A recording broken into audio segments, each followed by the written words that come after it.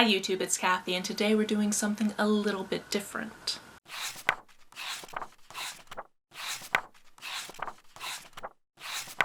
For those of you that are regular viewers of this channel, you're probably confused because it's Sunday, and on Sundays I upload my weekly entertainment wrap-ups. This, of course, is a project I've been doing for over 5 years now, where without fail I will wrap up everything I read, watch, and listen to on a weekly basis.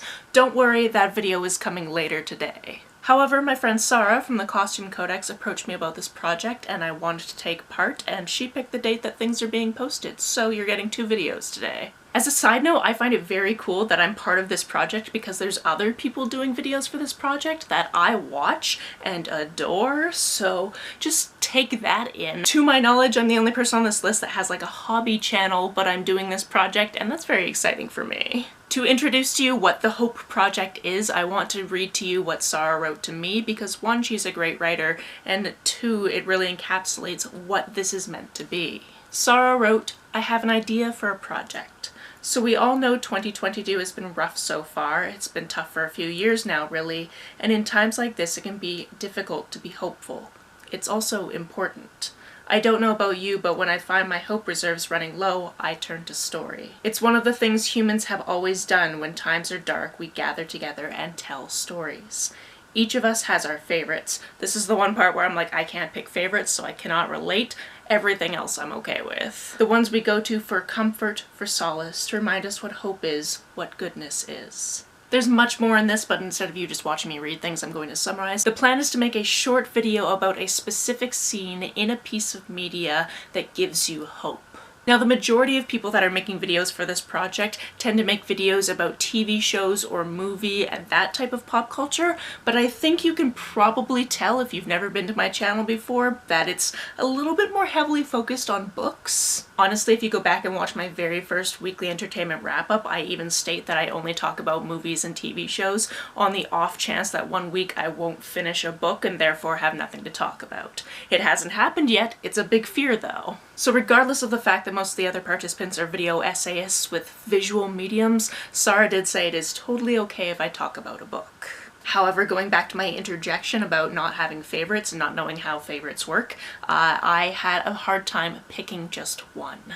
I even started making a list of books that had different elements of hope that I really resonated with, and I'm gonna read that list really quickly, and then I'm going to get into the book that I actually decided to spotlight for this video. Homegoing by Yaa Gyasi, Disability Visibility, edited by Alice Wong, Like a Love Story by Abdeeb Nazemian, Conversations with People Who Hate Me by Dylan Marin, Station 11 by Emily St. James Mandel, I Hope We Choose Love by Kai Ching Tom, and The Guernsey Literary and Potato Peel Society by Mary Ann Schaefer and Annie Barrows. Now I understand that that one has been made into a movie. I haven't seen it, so I couldn't use it for this project. So instead, I want to talk to you about a book that I just recently finished, and that is The Christie Affair. I actually picked up this book as part of another project where I chose 40 books that I want to read before I turn 40, which is a little less than 4 years from now. And as it just so happens, Agatha Christie, who is a character in this book, is 36 at the time of the book, so I just found that kind of interesting while I was reading it. If you're not familiar with this book, it's about the 11 days where Agatha Christie just went missing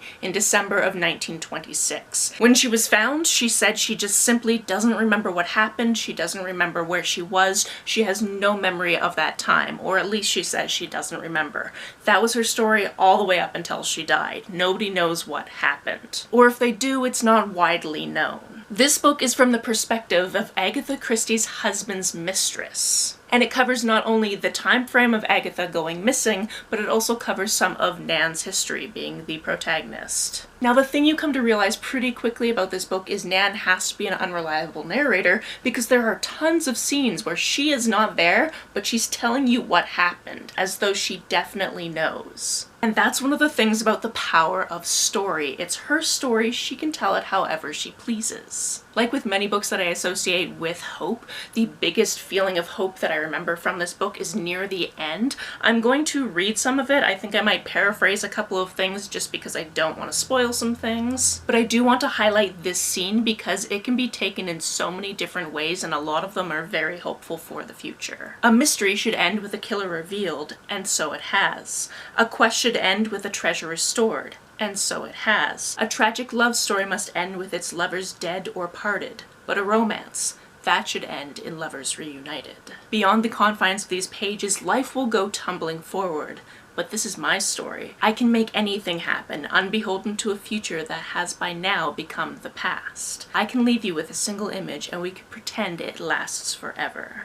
From there, the image she leaves us with is one of hope. It is one of thinking that, okay, yes, other terrible things are going to happen after 1926 in Britain, but you have this hope for this situation, the people in the situation, and that really stuck with me. Also, recency bias is definitely a thing, and because I read this quite recently, it's something that I decided to highlight here. If I may be so bold to talk about another aspect of this book, I know we were supposed to pick one scene, but obviously I'm incapable of doing that. This also talks about the concept of lucid dreaming and then carries that over into the concept of lucid living, which is really what this is. It's this person deciding what life was, which is so interesting for this story because this story is famous. When Agatha Christie went missing, people were looking for her throughout England. Hundreds of people were looking for this one missing woman, and to this day we don't know what happened during those 11 days, where she went, what happened, why she was gone.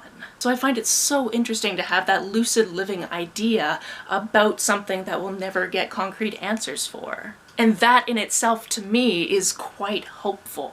Sarah will have a playlist of all the participants of the Hope Project, so if that's not linked down below, her channel definitely is, so you can find it from there, and when it becomes available, I'll make sure to link it as well. Some stories included might have something to do with Star Trek, or Star Wars, or Angel, or other things, so make sure to check that out. Also, and this is not something that Sarah specifically said, but I think it's a good idea, if you have a piece of media that really brings you hope, especially a specific scene, I suggest you make your own video because I think it would be great if this project had a ripple effect and more people participated after the fact. That's not essential, that wasn't an ask of the project, I just think that would be a very cool present for Sarah. Outside of that, I know you probably have a piece of media that really brings you hope, and I want to know what that is down in the comments below.